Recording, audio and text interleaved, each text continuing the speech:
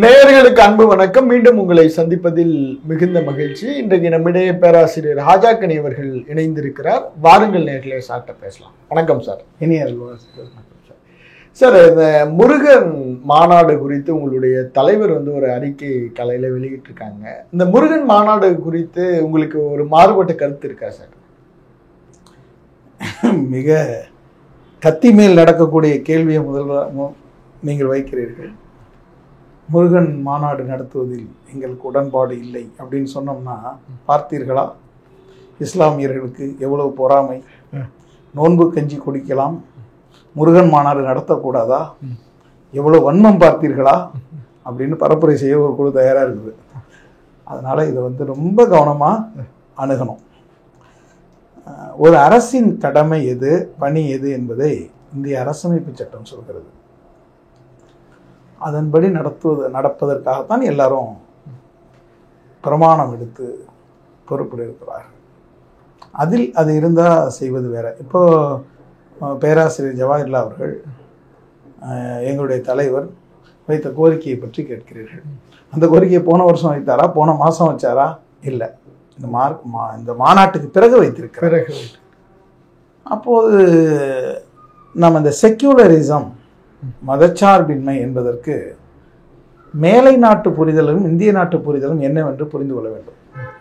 மேலை நாட்டு புரிதல் என்பது equal negation of all religion, எல்லா மதங்களையும் சமமாக ஒதுக்கி வைத்திருப்பது.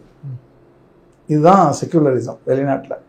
மேலை நாட்டு புரிதல் ஈக்குவல் நெகேஷன், எல்லாத்தையும் சமமாக ஒதுக்கி வைத்தல். இந்திய நாட்டு புரிதல் எல்லாரையும் சமமாக மதித்தல். எல்லாருக்கும் சமமான ஒரு சமயத்திற்குத்தான் உரிமை உண்டு. ஒரு சமயத்தில் இருந்தால்தான் இங்கே நீங்கள் இந்த நாட்டு குடிமக்களாக அங்கீகரிக்கப்படுவீர்கள். ஒரு மதம், ஒரு மொழி, ஒரு நாடு, ஒரே பண்பாடு என்று சொல்பவர்களை நாம் பாசிஸ்டுகள் என்று சொல்கிறோம். உள்ளூர் மொழியில் சொல்றதா சங்கிகள் அப்படின்னு சொல்றோம். இந்த நாடு பன்முகத்தன்மை கொண்ட நாடு, பலரையும் இணைத்து செல்லக்கூடிய நாடு. இதில் இஸ்லாமியர்களுக்கு, கிறிஸ்தவர்களுக்கு, சீக்கியர்களுக்கு, ஏனைய சிறுபான்மையினருக்கு சமமான உரிமை இருக்கின்றது. அதே உரிமை பெரும்பான்மையாக என்று சொல்லக்கூடிய சகோதரர்களுக்கு இருக்கிறது அப்படின்னு புரிதல். மதமே வேண்டாம்னு சொல்பவர்களுக்கும் சட்டத்தின் பார்வையில் அவர்கள் சமமான உரிமை படைத்தவர்கள். இந்து, முஸ்லீம், கிறிஸ்தவர்கள் இப்படி எல்லாமே சமமான உரிமை சட்டத்தின் பார்வையில். அரசுக்கு மதம் கிடையாது. ஒரு அரசு அனைத்து சமயங்களுடைய வழக்கங்களை, வழிபாடுகளை பாதுகாக்க வேண்டும். அதே நேரத்தில் அரசு தன் மீது எந்த ஒரு வண்ணத்தையும் பூசிக்கொள்ளக்கூடாது. இதுதான் எளிமையான அடிப்படையான புரிதல். அப்படி பூச முயல்வோரை எதிர்த்துத்தான் இந்திய நாட்டிலே திராவிட மண்ணிலிருந்து, தென்கோடி முனையிலிருந்து அரசியல் குரல்கள் எழுந்திருக்கின்றன. அது இந்திய நாடு முழுவதற்கும் விழிப்புணர்வை தந்திருக்கின்றது. இந்த ஒரு மதம், ஒரு மொழி, ஒரு பண்பாடு என்கின்ற ஒற்றை கலாச்சாரம், ஒற்றை தன்மை இல்லை. இது பன்முகத்தன்மைக்கு உரியது. ஆகவே அரசில் அனைவருக்கும் சமத்துவம் உண்டு, சம உரிமை உண்டு என்று சொல்வதனால பேராசிரியர் ஜவாஹர்லால் இப்போது முத்தமிழ் முருகன் மாநாடு நடத்தியது போல கிறிஸ்தவ விழாக்களையும் இஸ்லாமிய விழாக்களையும் நடத்துங்கள் அப்படின்னு சொல்லியிருக்கிறார். அடுத்து செக்யூலரிஸ்டுகள் என்ன கேட்பாங்க? மத விழாக்கள் நடத்தி கொண்டிருப்பது தான் அரசாங்கத்தின் வேலையா? அடுத்து ஒரு கேள்வி வரும். அப்போது நாம் இந்த தெளிவு தான், நடத்தினால் அனைவருக்கும். பாரதியார் சொன்னதா சொல்லுவாங்க, வாழினும் 30 கோடியும் வாழ்வோம், வீழ்ந்தால் 30 கோடி முழுமையும் வீழ்வோம் அப்படின்னு சொல்ற மாதிரி இது எல்லாருக்கும் ஒரே மாதிரி. அதன் பெயர் நம்முடைய சமத்துவம், சமூக நீதி அடிப்படையில் எல்லாருக்கும் சம நிலை. Okay sir. சரி, அப்ப உங்களுடைய இந்த பார்வையில் இருந்து புரிஞ்சுக்க முடிகிறது என்னன்னா, முருகனுக்கும் ஒரு மாநாடு நடத்திட்டீங்க, இங்க இஸ்லாத்திற்கும் கிறிஸ்துவத்திற்கும் ஒரு மாநாடு வேணுமோ, அது அப்படியான ஒரு குரல் மாதிரி தானே தெரியுது. அப்படி இல்லை. இது ஒரு அரசாங்கம் நம்மை சமமாக நடத்துகிறது என்ற உணர்வு எல்லாருக்கும் இருக்க வேண்டும். அதுதான் முக்கியமானது. நாம் புறக்கணிக்கப்படவில்லை. பிறருக்கு கொடுக்கின்ற அனைத்தையும் நமக்கும் தருவதற்கு தயாராக இருக்கிறார்கள் அப்படின்னு இருக்குல்ல.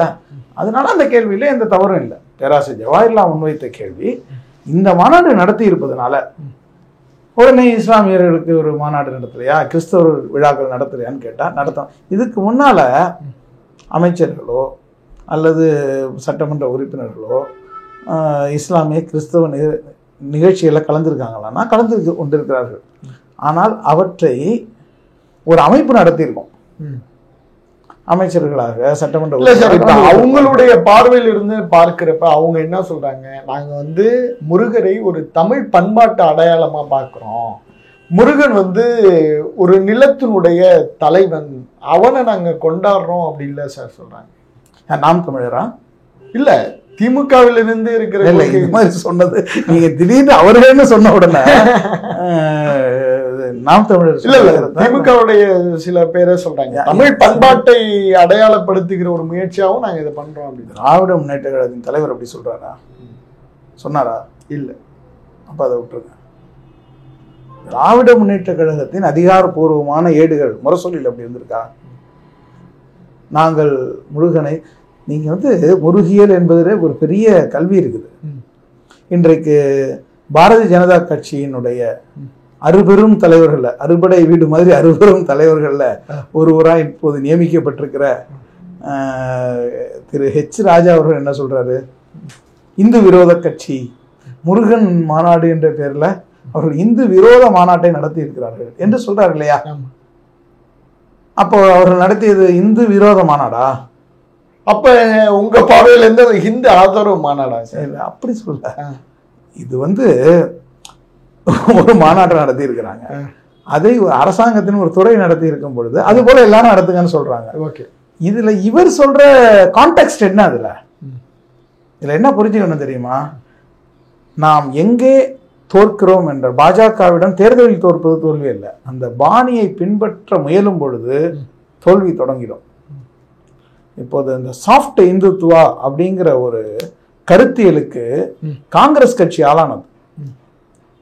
இன்றைக்கு ராகுல் காந்தியினுடைய எழுச்சி மிகுந்த ஒரு அரசியல் பயணமும் பாரத் ஜோடோ போன்ற நடைப்பயணங்களும் இன்றைக்கு அந்த கட்சிக்கு புத்துணர்ச்சி ஊட்டியது. அந்த கட்சி இந்த சாஃப்ட் இந்துத்துவாவால ஒவ்வொரு மாநிலங்களையும் இழந்து அது யானை போல் இருந்த கட்சி அதன் வால் போல் ஆகிவிட்டது. சரியா? இந்த படிப்பினை பெற வேண்டும். இல்ல அப்ப சாஃப்ட் இந்துத்துவாவை நோக்கி திமுக நகருது. நீங்க திமுகவுடைய தலைவர் சொல்றதுதாங்க அதனுடைய கருத்து. நீங்க திராவிட முன்னேற்ற கழகத்தின் மீது தேவையில்லாத ஒரு சாயத்தை பூசி பார்த்தீர்களா? அந்த பிஜேபியில கூட்டணிக்கு போகிறார்கள். பிஜேபிக்கு திமுக கூட்டணி போனா என்ன செய்வீங்க? எதிர்ப்போம். அது வேறு. நாம செய்திய அங்க போய் தள்ள வேண்டியதில்லை. திராவிட முன்னேற்ற கழகத்தினுடைய அதிகாரப்பூர்வ அறிவிப்பு தான் வந்திருக்கா? பல அமைச்சர்கள் பல கருத்துக்களை சொல்லுவாங்க, பிறகு அவர்கள் கண்டிக்கப்படுவாங்க, திருத்தப்படுவாங்க. இது திருத்தப்படலாம், சரி செய்யப்படலாம். இது இந்த நாடு இருக்கக்கூடிய சூழ்நிலையில நம்ம இன்க்ளூசிவா பார்க்கணும். எவ்வளவு பெரிய நெருக்கடியில் இருந்து கொண்டு ஒரு அரசாங்கத்தை நடத்தி கொண்டிருக்கிறார்கள். அங்கேருந்து ஒன்றிய அரசு சேர்ந்தாதான் எங்க கல்வி திட்டத்தில் புதிய கல்விக் கொள்கை ஏற்றுக்கொண்டால்தான் உங்கள் நிதியே கொடுப்போம்னு சொல்லி மிரட்டி கொண்டிருக்கிறார்கள். இப்படிப்பட்ட ஒரு சூழலில் நாம் அதையெல்லாம் இணைத்து பார்க்க வேண்டும்.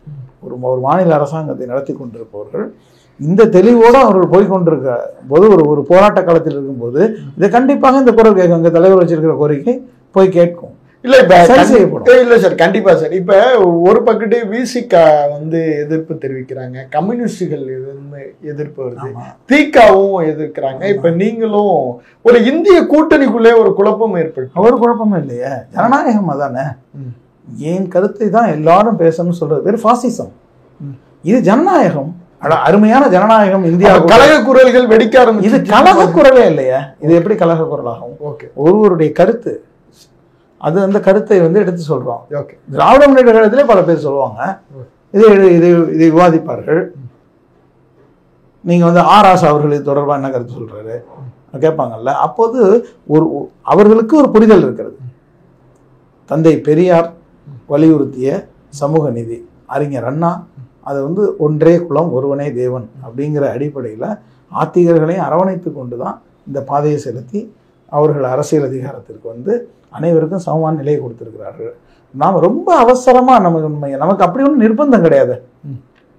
இன்னைக்கு வந்து திமுக வந்து ரொம்ப மோசமா போயிடுச்சு அப்படின்னு ஒரு பெரிய சாயம் பூசுவதற்கு என்னப்பா அவசரம் வேண்டி இருக்கு? இல்ல சார், இப்ப அடுத்தடுத்த சம்பவங்களை நம்ம பார்க்கிறப்ப நமக்கு தோணுதுல. என்ன சம்பவம் சார்? ஆளுநர் தேநீர் விருந்துல போய் திமுக கலந்துக்கிறாங்க, கூட்டணி கட்சி புறக்கணிக்கிறாங்க. எல்லா ஞானய அந்த கலைஞருடைய 100 ஞான விழால முதல்வர் வந்து தமிழ்நாட்டு அரசுடைய விழாங்கிறாரு, அங்க ராஜ்நாத் சிங் வராரு, எல்லாரும் கலைஞருக்காக எந்திரிச்சு நெல்லுங்கன்னு சொல்றாரு. இது எல்லாம் ஒரு சாஃப்ட் பெடலிங் நோக்கி திமுக நகர்ந்தோம். பெடலிங். இதுக்காக மக்களுடைய எதிர்வினைகள் என்ன என்பதை கவனிக்காம இருப்பார்களா? அதனால அதை சரி செய்து கொள்வார்கள். இல்ல, அப்ப நீங்க வந்து ஒண்ணு தப்பா இருக்கு, அதை திமுக சரி செய்யும் சொல்றேன்னா, நீங்கள் இந்த விஷயத்தில் திமுகவை ஒரு தனிமைப்படுத்தி அவர்களை வந்து ஒரு பாஜக கூட்டுக்கு போக போறாங்க அப்படிங்கிற மாதிரியான ஒரு சாயம் பூச வேண்டிய அவசரம் இப்போது இல்லை. என்ன, ஓட்டுநர் இருக்கையில் உட்கார்ந்துருக்கிறாங்க, அவர்கள் பல நலிவு செலவுகளோடு போகிறார்கள். இந்த பாதையில் திரும்பும்போது இது சரியில்லை என்று சொல்லக்கூடிய சொல்லக்கூடிய தோழர்களாக நாங்கள் இருக்கிறோம். நாங்கள் அதை எப்படி சொல்லணுமோ அந்த கண்ணியத்தோடு சொல்லுவோம். புரியுதா? அது வந்து உடனடியாக ஒரு வண்ணம் பூசி கேட்டிருக்கிறாரு, எல்லாத்துக்கும் சமமான அந்த வாய்ப்பை கொடுத்துருங்க அப்படின்னு சொல்கிறோம். அப்போதான் அவர்கள் யோசிப்பாங்க, அரசமைப்பு சட்டம் என்ன சொல்லியிருக்கிறோம் அதை நம்ம செய்வோம். நமக்குன்னு ஒரு ஒரு மாடல் சொல்றாங்க இல்லையா, அந்த திராவிட மாடல், அதுக்கு வந்து இது எந்த அளவுக்கு ஒத்திசைந்து போகிறது அப்படிங்கிறத பார்ப்பாங்க. சார் கண்டிப்பா அந்த மாநாட்டுல சார் தீர்மானங்கள் நிறைய வாசிக்கப்பட்டது. குறிப்பா இன்னொரு பெரிய குற்றச்சாட்டு என்ன இருக்குன்னா, அறநிலையத்துறையினுடைய வேலையா இது அப்படிங்கிற ஒரு கேள்வி எல்லாராலையும் எழுப்பப்படுது. உண்மையிலே இது அறநிலையத்துறையோட வேலையா? ஒரு சட்ட வல்லுநர்கள், அதை பற்றி அறிந்தவர்கள், அரசமைப்பு சட்டப்படி இந்து சமய அறநிலையத்துறை என்பது ஆலயங்களை நிர்வாகம் செய்வதற்குரிய அமைப்பு. அது அதனுடைய வரவு செலவுகளை நிர்வாகம் செய்ய வேண்டும், ஆலய சொத்துக்களை அடுத்தவர்கள் அபகரிக்காமல் பாதுகாக்க வேண்டும் இல்லையா? அதில் நம்பிக்கை உள்ளவர்கள் அதை நிர்வகித்து அதன்படி நடத்த வேண்டும். இந்த மாதிரி பணிகள்லாம் அந்த அறநிலையத்துறையுடைய பணிகளாக நாம் சட்டத்தில் சொல்லலை. அவ்வளோதான். அது வந்து அது ஆலோசனை சிலர் கொடுத்துருக்கலாம், செய்யலாமேன்னு. இப்போதான் ஆய்வு செய்வார்கள். அது இல்லை சார், நீங்க உங்களுடைய டோன் வந்து ஒரு ஒரு ஒரு இந்துத்துவத்தை நோக்கி திமுக நகர்ற மாதிரி எல்லாராலையும் பார்க்கப்படுகிறது. ஆனா கூட்டணி கட்சிகள்லாம் அதை சொல்றதுல ஏதோ ஒரு சாஃப்ட் கார்டு என்ன ஒன்றும் இல்லைங்க. Okay sir. அதாவது நீங்கள் குழந்தை கொஞ்சம் விலகி போகிறது அப்படின்னு சொல்லும்போது அதை எப்படி சரி செய்யணுங்கிறது பெற்றோருக்கு தெரியும். தோழன் தவறு செய்வதை எப்படி கவனிப்பது என்பது உண்மையான தோழனுக்கு தெரியும். நீங்கள் வந்து ஏன் இன்னும் ஈட்டியால் குத்தவில்லை, இவ்வளோ பெரிய தவறு செய்திருக்கிறார்களே அப்படின்னு கேட்குறதெல்லாம் எங்கே எதை சொல்ல வேண்டும்? திராவிட முன்னேற்ற கழகத்திற்கென்று ஒரு செல்நெறி இருக்கிறது. ஓகே, அந்த செல்நெறிக்கு அவர்கள் மீண்டு வருவார்கள். அது தொண்டர் யாரோடு எந்த கொள்கையை சொன்னால் தொண்டர்கள் உயிர்ப்போடு இருப்பார்கள், உற்சாகத்தோடு இருப்பார்கள். எது நம்முடைய தோழர்களை உற்சாகமாக வைத்திருக்கும் என்பது நம்மை விட ஒரு பவழ விழா காணக்கூடிய இயக்கத்திற்கு நன்கு அறிமுகம் உண்டு, அவர்களுக்கு பரிச்சயம் உண்டு, அவர்களுக்கு கடந்த கால அனுபவங்கள் நிறைய இருக்குது. யாரோடு நெருங்கினால் நம் நெருங்கிய நண்பர்கள் விலகுவார்கள், யாரை விட்டு விலகி நின்றால் நம்முடைய நெருங்கிய நண்பர்கள் மேலும் நெருக்கமாவார்கள் என்பதை மிக நன்கு அறிந்தவர்கள் தான். ஓகே, அதனால இது கடந்த காலங்களில் பல முறை மெய்ப்பிக்கப்பட்டிருக்கிறது. நாங்கள்லாம் எப்படின்னா, நகுதர் பொருட்டென்று நட்டர் மிகுதிக்கண் மேற்சென்று இடித்தர் பொருட்டு என்று வள்ளுவர் சொல்கிறார் அல்லவா? அது மாதிரி எப்போது சுட்டி காட்ட வேண்டுமோ அதை சுட்டி காட்டி தான் இருக்கிறோம். சரி, இப்போ முன்னாடியெல்லாம் திமுகவினுடைய முன்னாள் தலைவர் கலைஞர் வந்து இந்த விநாயகர் சதுர்த்திக்கு, தீபாவளிக்கு அதுக்கெல்லாம் அவர் வாழ்த்து தெரிவிக்க மாட்டார். இப்போ இடையில வந்து இளைஞரணி தலைவராக இருந்த உதயநிதி அவர் வந்து விநாயகர் சதுர்த்தி அன்னைக்கு ஒரு விநாயகர் ஃபோட்டோவை போட்டார், கடுமையான எதிர்ப்பு, உடனே டெலீட் பண்ணிட்டார். இப்போ வந்து திமுகவினுடைய கொள்கை பிடிப்பில் அவங்களுக்கு ஒரு, அதாவது இந்து எதிர்ப்பு, ஒரு இந்துத்துவத்தை நோக்கி நகர்கிறதா திமுக சார்? முதல்ல இது வந்து ஒரு தமிழ்நாடு முஸ்லீம் முன்னேற்ற கழகத்தின் பொதுச் செயலாளர் பதில் சொல்ல வேண்டிய கேள்வியா? இந்த கேள்விக்கு தரக்கூடிய பதில் என்ன மாதிரியான விளைவை ஏற்படுத்தும்? திராவிட முன்னேற்ற கழகத்தின் கொள்கையை காப்பாற்ற வேண்டியது அந்த கட்சியுடைய நிர்வாகிகள், அதனுடைய ஊழியர்கள், உறுப்பினர்கள். அவர்கள் அதை எப்படி காப்பாற்ற வேண்டுமோ காப்பாற்றுவார்கள். நம்ம இன்னொரு இயக்கத்தில் இருந்து கொண்டு அது அப்படி போயிருக்கணும் எப்படின்னா அது நாகரிகம் அன்று. கலைஞர் 50 ஆண்டு கால தலைப்புச் செய்தி, 5 முறை இந்த மண்ணை ஆண்டவர். அவர் யாருக்கு வாழ்த்து சொன்னார், எந்த பண்டிகைகளுக்கு வாழ்த்து சொல்லாமல் தவிர்த்தார் என்பது மக்களுக்கு நல்லா தெரியும். அதை கொண்டாடக்கூடியவர்கள் தானே அவர் முதலமைச்சராக தேர்ந்தெடுத்தாங்க. தனிப்பட்ட வாழ்க்கையில கொண்டாடக்கூடியவர்கள் கலைஞரையும் கொண்டாடினார்களா இல்லையா? இல்லையா? அவர் தன்னுடைய கட்சியில் உள்ள ஒரு ஊழியரை பார்த்து என்ன நெற்றியில ரத்தமானு கேட்டாரு. அதுக்கு அவர் ஒரு பதில் சொன்னாரு. அது அவர்களுடைய குடும்ப விஷயம். அதாவது குடும்பம்னா கட்சி என்ற அந்த இயக்கம் ஒரு குடும்பம், அவர்களுக்குள்ள பேசிக்கொள்வார்கள். அதே இயக்கத்தில் பிடிஆர் பழனிவேல் ராஜன் அவர்கள் இருந்தார், உங்களுடைய தந்தையார், நம்ம நிதியமைச்சருடைய தந்தையார். அவர் 1000 கோயில்களுக்கு வாரி வழங்கியவர். அவர் கலைஞருக்கு நெருக்கமாக இருந்தார், சட்டப்பேரவை தலைவராக இருந்தார். ஆகவே அது ஒரு ஜனநாயகமான ஒரு உறவு. அதில் போய் நம்ம தலையிட்டு கொண்டோ கருத்து சொல்வதோ ஆரோக்கியமானது இல்லை. ஒரு நல்ல அரசியலுக்கு ஆரோக்கியமானது இல்லை. அவர்கள் இப்படித்தான் இருக்க வேண்டும் சொல்ல நான் யார்? அவர்கள் இயக்க தலைமை, அவர்கள் முடிவெடுப்பார்கள். அதில் நாம தலையிடுவது சரியல்ல. அப்ப உங்க ஸ்டாண்ட்ல இருந்து சொல்லுங்க சார், சிறுபான்மையினர் இந்த மாநாட்டை ரசிக்கிறாங்களா? ரசிக்க மாட்டாங்க, ரசிக்கிறாங்க. இந்த கருத்து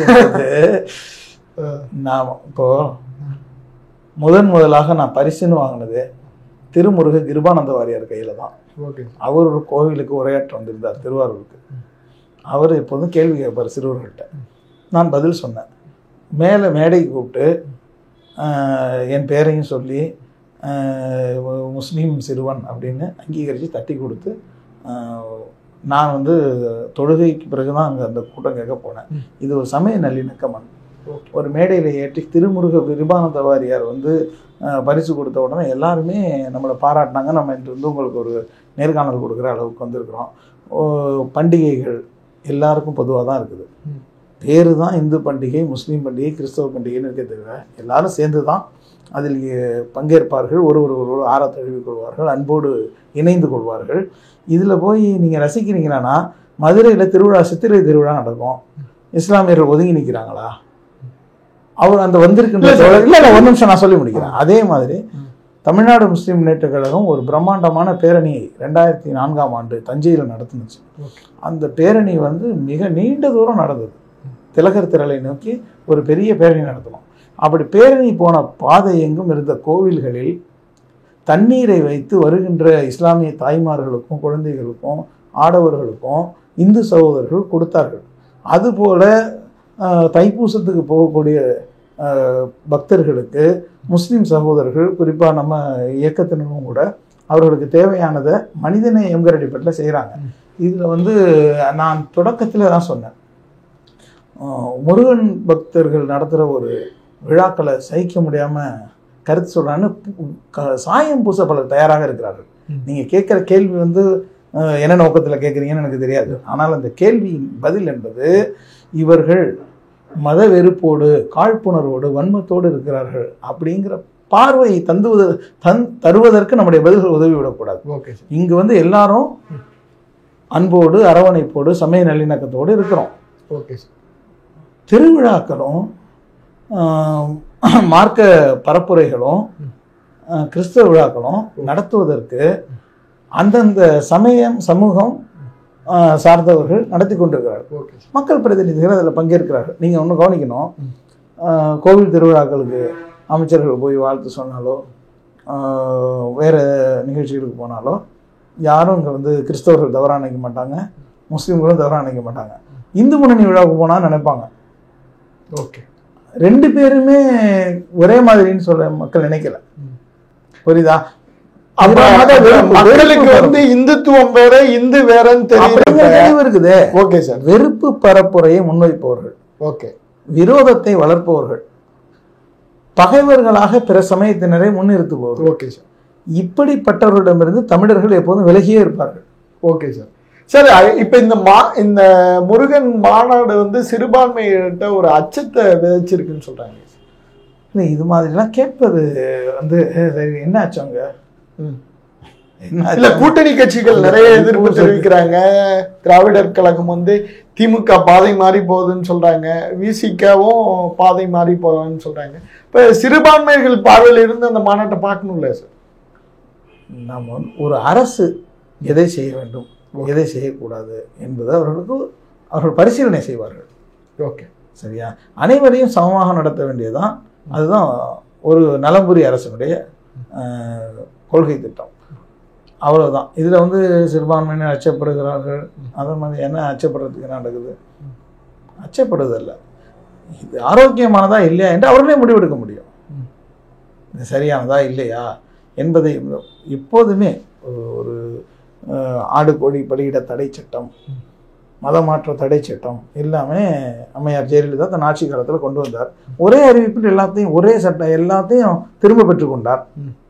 களம் தந்த அனுபவம், களம் தந்த அனுபவத்தின் மூலம் அவர்கள் அதை கண்டிப்பாக புரிந்து கொள்வார்கள். இப்போ களம் ஒரு அனுபவத்தை தரும், கண்டிப்பாக ஒரு அனுபவத்தை தரும் திமுக. அதில் போய் வந்து நம்ம தவறாக போகிறீர்கள் அவர்களுக்கே தெரியும். ஓகே, புரியுதா? நாம் அவர்களுடைய அரசியல் அனுபவத்துக்கு நமக்கு முந்தைய தலைமுறையிலிருந்து அவங்க அனுபவம் உள்ளவர்கள் இருக்கிறார்கள். அதனால் அதை புரிந்து கொள்வார்கள்.